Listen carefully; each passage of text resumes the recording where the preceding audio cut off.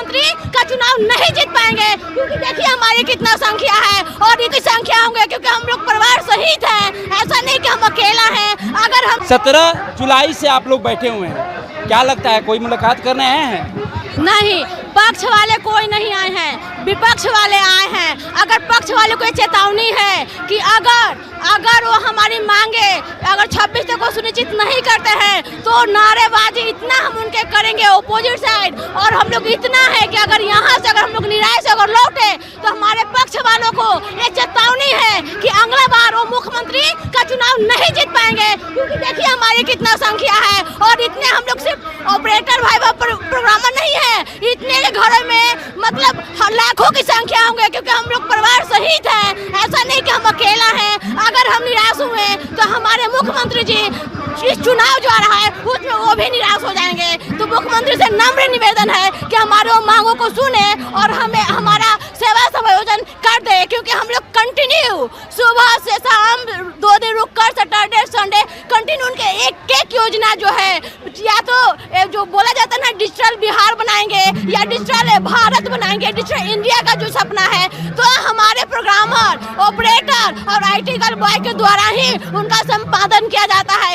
एक VC जो chairman जो वहाँ पे बैठ के जो करते हैं ना, वो VC का संचालन हमारे प्रोग्रामर भाई बंधु करते हैं। अगर वो अगर नहीं सुनेंगे ना तो जो VC कराकर हम लोग उनका सारा मीटिंग सीटिंग सब सेट करते हैं ना, वो ऐसा आंदोलन बिहार में लगाएंगे, ऐसा आंदोलन हम सारे मिलकर करेंगे कि वो चेयरमैन के कुर्सी के लायक नहीं रहेंगे और उनको चेयरमैन के कुर्सी से उतरना पड़ेगा और इस बार उनको करारा हार के सामना करना पड़ेगा अगर वो हमारी मांगों की पूरी नहीं करते हैं। ये चेतावनी है हमारे बिहार सरकार से, जो विपक्ष में बैठ के दूध रोटी खा रहे हैं। हम लोग 17 से धूप में जल रहे हैं, देख रहे हैं कितना धूप है, बर्दाश्त नहीं हो रहा है और 17 से कंटिन्यू हम लोग यहाँ बैठे हैं और वो कान में ठिप्पी लगा के बैठे हुए हैं, खाली कहते हैं हम ही किए हैं और हम ही करेंगे, तो हमारा कौन करेगा?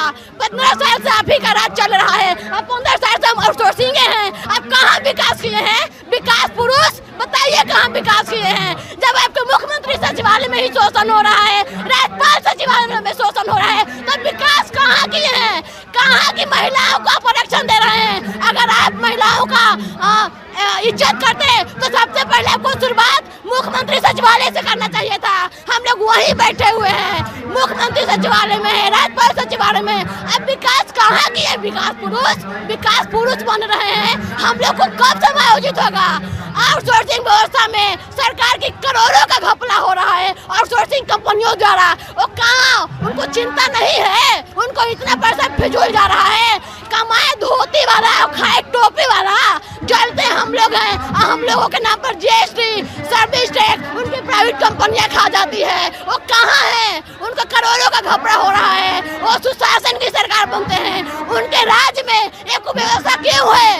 आज भी 25 साल से आउटसोर्सिंग क्यों चल रहा है? हमें पूछना चाहते हैं वो आउटसोर्सिंग को समाप्त करें और हमें समायोजन दे, तब उनका विकास पूरा होगा। नहीं तो हमारे विकास के बिना उसका हर विकास अधूरा है, उनका अधूरा है। जिस सरकार पर अब सवाल खड़ा कर रही हैं महिलाओं के प्रति, उन्होंने काफी कुछ संघर्ष किया है, महिलाओं को आगे बढ़ चढ़ कर काम करने का मौका दिया है। नीतीश कुमार ये कहते हैं वो बस जुमलाबाजी है, तो कह तो रहे हैं वो तो सचिवालय के पुराना सचिवालय के वही मुखिया है ना, तो वहाँ के हम लोग वहीं बैठे हुए हैं, फिर हमारा विकास क्यों नहीं हुआ?